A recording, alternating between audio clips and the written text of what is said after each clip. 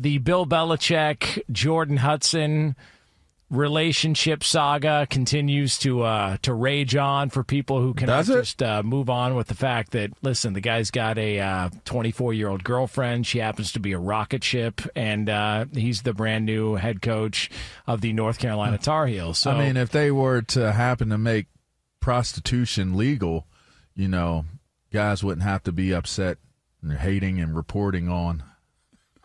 That's a good point. On Bill Belichick's dating, that's a great point. Life. I'm just sad. So you think that's what this is all about? I'm sold. It's an interesting theory. I haven't heard that one yet. You haven't heard that one yet? Oh, hey, listen. If they legalized prostitution, I'm just pulling out all the hits. That's all. It's not. I'm just look. I do my prep work. I read all these articles and listen to all this stuff that people are out here in media talking about and stuff. And I'm just trying to do my best job of relating the topics and the things that we're discussing with other people that seem to be coherent and important people in our media stratosphere. Hold on. Who said that they should legalize prostitution? This wouldn't be an issue. Because I have not read that anywhere. Maybe you saw someone on social media say something. That is not a verified report. I've not seen anyone say that. That's verified, bro. It came out the horse's mouth. But who said it then? Who said that? Joy Taylor. No, that doesn't. Joy Taylor said it on her podcast. Really? Yes. Okay. Yes. Hey. That's not reading something, by the way. No, I said read and watch, by the way. I did say I'd look around, I scour, I do read. You see the shoe? It says Adidas. Adidas. But this one happened to be a soundbite, and it was a video. It was her. It was not AI. I'll send it to you. I was saving this for Saturday because I just feel like some content that we be on, like, it's just not. It doesn't seem like it could be suitable for what we do on this the first show. thing you were trying to talk about between RG3 and Ryan Clark, we are allowed to talk about. We can't have an opinion or say anything. So yeah. Well, I haven't. So that's why you have to say it for Saturday, if you want to be honest. Speaking of Ryan Clark, he was having a discussion with Bill Belichick on the pivot, and he was. Yeah, Belichick. Way had to bring it back full circle. I mean, he had to go on and explain just sort of why Jordan Hudson, his girlfriend, happened to be CC'd on certain emails or as part of the process and trying to help filter certain requests to the coach. Let's take a listen. One of the first things that came out was when North Carolina sent me emails saying, like, these people want to talk to you, these people want to talk to you, these people want to talk to you, these people want to talk to you. I sent back an email, can you please copy Jordan on these requests? Right? So that, she could at least, filter through them. Because there was nobody. We didn't have a sports information guy. That was taken because all emails are shared in publicly. That was taken as Jordan's running the sports information department. Yes. And that also led to the narrative, which is totally, she's not doing it. I mean, there was nobody that's helped me sort them out, so I was asking her to do it. Yeah. I mean, she's been assisting him, and he's given her the credit of helping, assist on things that he needs to do, whether it be social media, whether the project of the book, because apparently she's in the book as well. I mean, I just don't understand why this man is put in a position where this becomes the biggest story connected to him. I just think it's lazy. I really do. I think it's super lazy.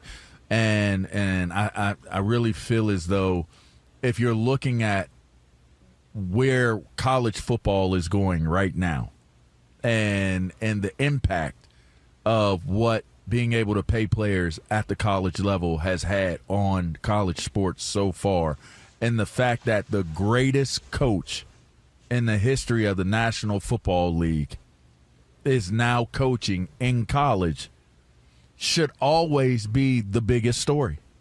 It should always.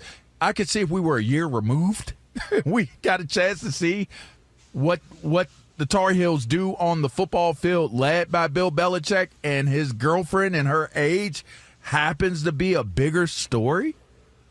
But heading into this man's inaugural year as a college football coach at UNC is not the biggest storyline connected to college football. I'm fascinated and Bill to see how Belichick. it goes. I can't wait to watch. It blows my mind that people would rather use their time with Bill Belichick. We're talking about Bill Belichick. He's not retired. So it can't be she's the most interesting topic of conversation. She's keeping you young in retirement. How is that going? Okay, that's a good storyline. Let's figure out, let's delve into that. Let's dig a little deeper into that. But the man is at Chapel Hill, the Tar Heels, which, by the way, number 56, the page in his book apparently is Lawrence Taylor's page because he coached Lawrence Taylor in New York. And Lawrence Taylor is a Tar Heels great. There's so many great storylines connected to Bill Belichick, and yet his girlfriend is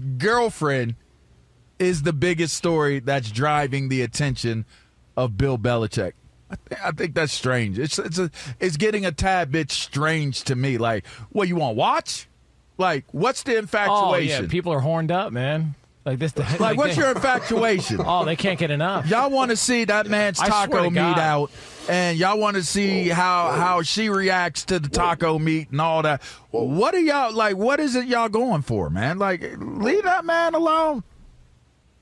Yeah, it's a weird thing. Can I take a different perspective on this? Sure.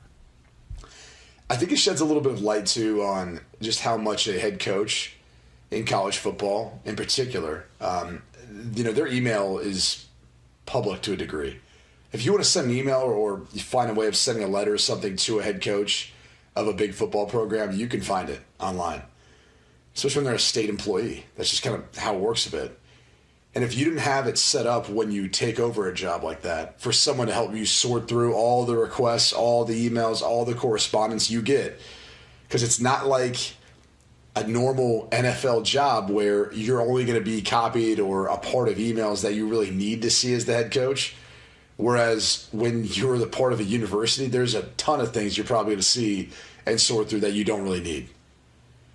There's elements of it that kind of shed light on the fact that this is now the position he's put himself in, taking a head coaching job in college football in today's day and age, where there's conversations probably about academia there in Chapel Hill. There's conversations about it could be NIL that are now separate to all of that, or federal updates from the House NCAA settlement that he's now privy to and a part of, that he's hearing from in regards to the decision of Bubba Cunningham, the athletic director, or their president there at UNC. There's so many different layers to it, whereas before it was just Bill Belichick. Like, what he decided, what he wanted to do outside of running to Robert Kraft, like, he did. He oversaw the whole thing. It was complete autonomy for him. So he didn't really have to look at all this stuff and get back to someone on this or talk or to these students or people or parents or whatever. I mean, it's an entirely different deal. Like, even the windows of free agency, when you'd have free agents in or draft prospects, recruiting is all year round. And there's some dead periods, but then you're looking at scouting and recruiting for that next year, that next player. After 2026, it's 2027 players. I mean, it never stops. So I think it shed a little bit of a light on that too. And I could picture a scenario where he's laying there in bed late at night looking through some emails. She's laying there too. They're both talking about it or whatever. I mean, there's a reality to the lifestyle that he's now encountered and how she would help him with all of that.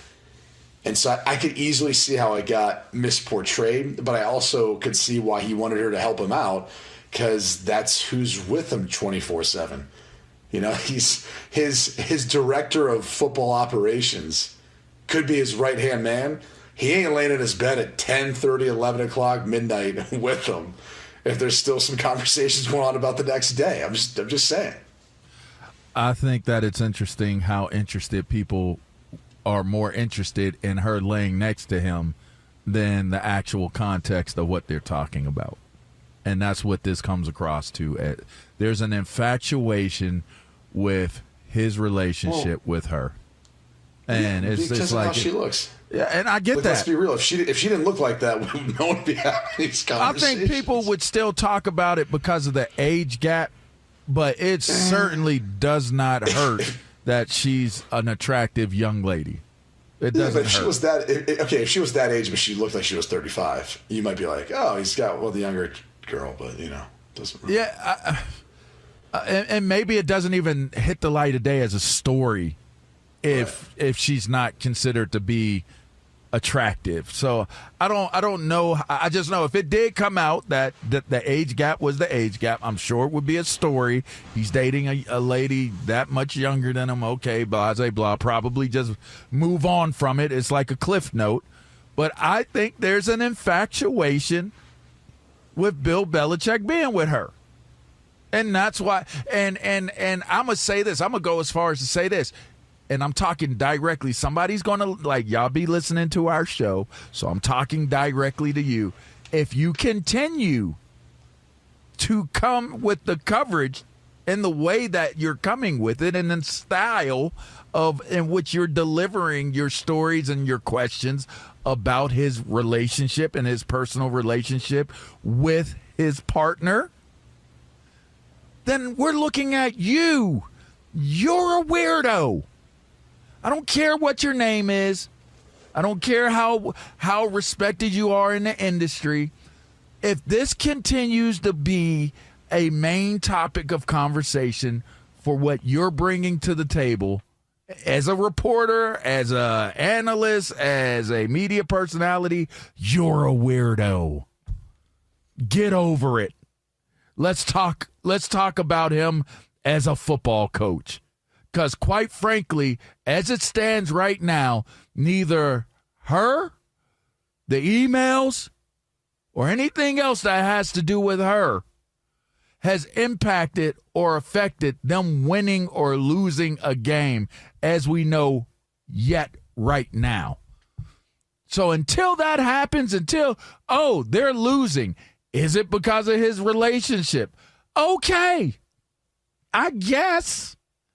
How many other coaches in the world? I mean, we can look at different names of coaches in the past that have been impacted by women.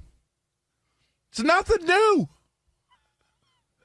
Let's keep it a buck. It's nothing new. Guys have women. Coaches have women. They're desirable people. That's why you bring them in. There's a part of a desirable part that plays a part in a role in them being coaches due to the being attractive to the fan base. Especially in college, you got to ask for money. So I get it, but let's not make this about Bill Belichick and his girlfriend all the freaking time. Is that your only focus? God dang, you're a weirdo. I'm talking to you. And yes, you'll say, well, you're a weirdo too because you're talking about it right now on the show. But clearly, this is just my opportunity to call all y'all out. Leave that man's relationship alone, man. It seems like everybody want to talk about somebody else's significant other at this point. Why is that?